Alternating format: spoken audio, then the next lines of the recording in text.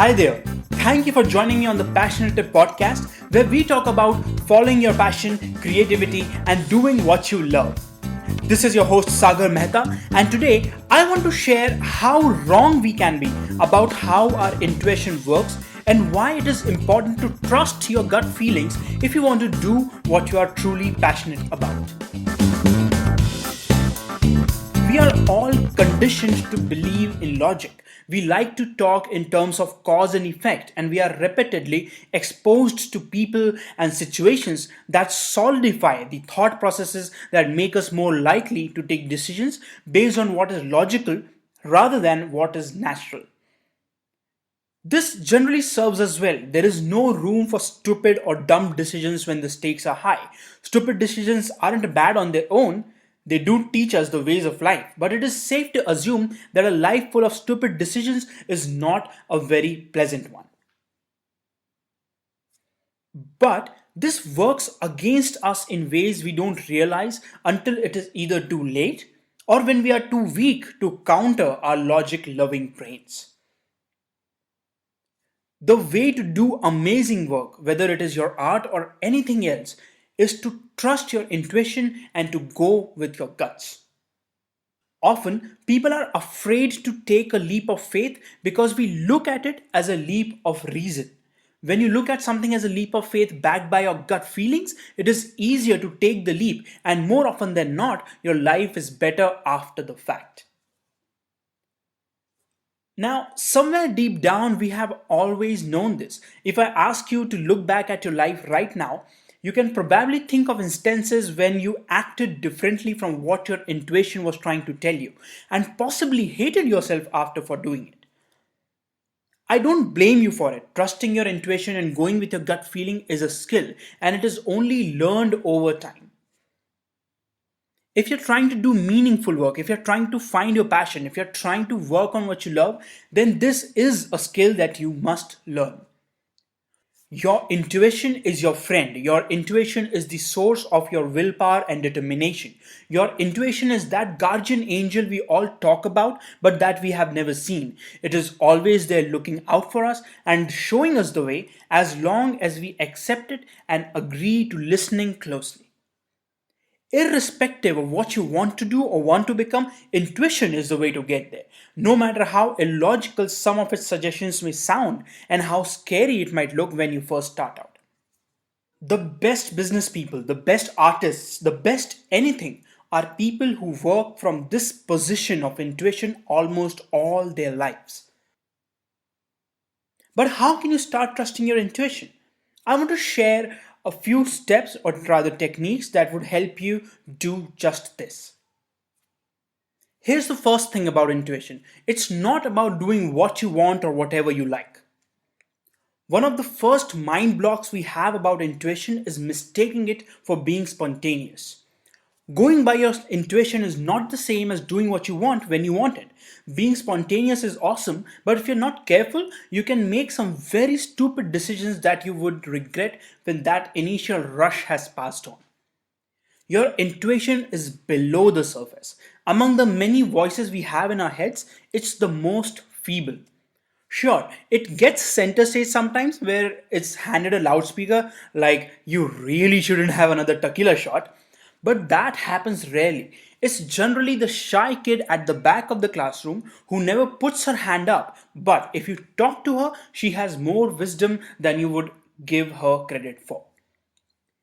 We fear intuition because we feel it will make us do something wrong or stupid or both. Going by your feelings means doing what your deeper self will ask you to do in the moments where you are taking important decisions. You're not going to act from that surface level, ego fueled pseudo confidence we think of as intuition. You're going to act from a deep trust that knows what is best for you, always and at all times, irrespective of how much noise your sound, logical brain likes to make. You will never be asked to drop everything and go behind what you love. That's not just intuition. That is intuition followed by tons of logical or illogical, depending on how you see it, decision making. Next, your intuition is not a glowing neon sign with directions. Your intuition comes in small sizes. If logic works at macro scales or at the big picture, then intuition likes to work at the micro scale, even the nano scale. There are no aha moments with intuition. In fact, I believe that true aha moments do not exist. We are led to believe they do because of what we see, read, and hear around us. Nobody is to blame for this, to be honest. The world, you and I included, loves a good story. And what better story than to talk about a magical moment where everything starts to make sense and an idea goes gold overnight? The ideal is Archimedes going Eureka with his crazy idea. Truth be told, though, those stories are just that stories. Behind those big aha moments are small, short, knowing sighs of intuition. Your gut feelings will never install a neon sign saying this is the right way. They will try to convince you and meekly suggest that what you are currently doing does not fit with how you want your life to be. They will point you almost unnoticeably towards a possible path you could take to make your life more meaningful, find where your true calling lies, and maybe even eventual success. Next, it's not the road less taken. We would like for our intuition to know everything beforehand. When we say trust your guts, the assumption is that our intuition always knows what is best for us. And it is true too, honestly. When we take the normal or typical road, a proper college degree, a job that can help us pay the bills, we are not going against our intuition that thinks we should be better off trying to make it as a singer or a writer or whatever. You may find it funny that I'm actually saying following your gut feelings is not the same as taking the road less taken or going after what you love. But trust me, it is not. That gut feeling that tells you that your true calling lies elsewhere also understands that your bills don't pay themselves or that your responsibilities don't go away just because you want to do something else with your life.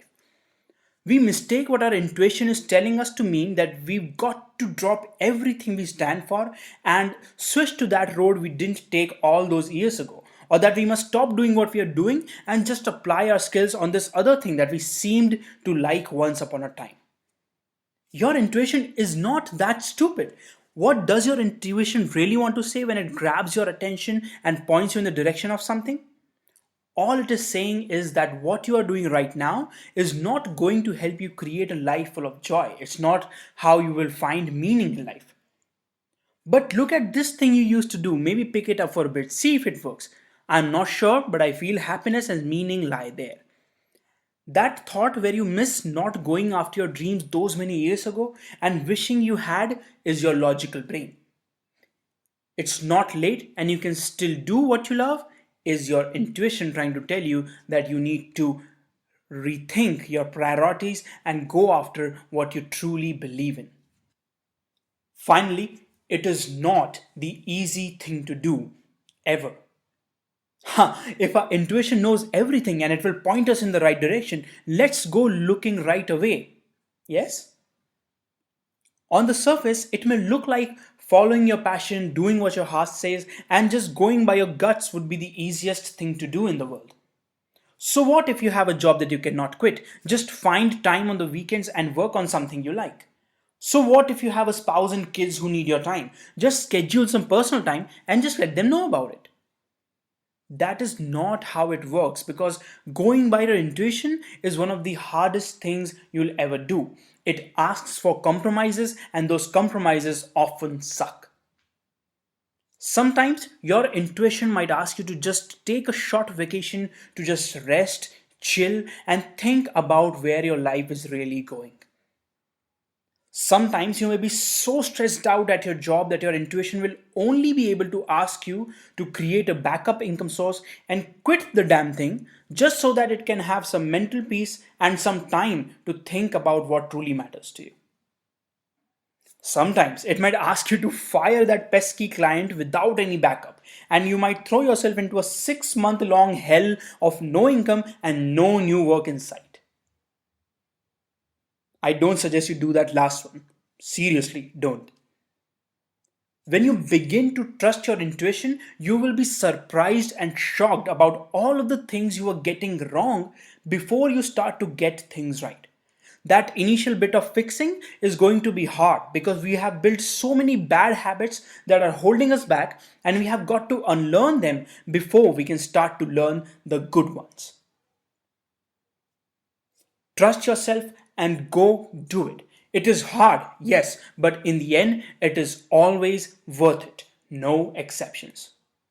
Your intuition works at the micro and nano scale and will never have big descriptive answers that make logical sense. It will always have a sense of direction that will help you take the journey to find those answers for yourself, though. It will never know where the treasure is, but always know how to go about looking for it. Thank you for joining me on this episode of the Passionative podcast. I'm always happy to hear from you about your passion, your struggles, and your challenges. Simply go to Passionative.co and let's get talking. This is your host Sagar Mehta signing off. Stay awesome.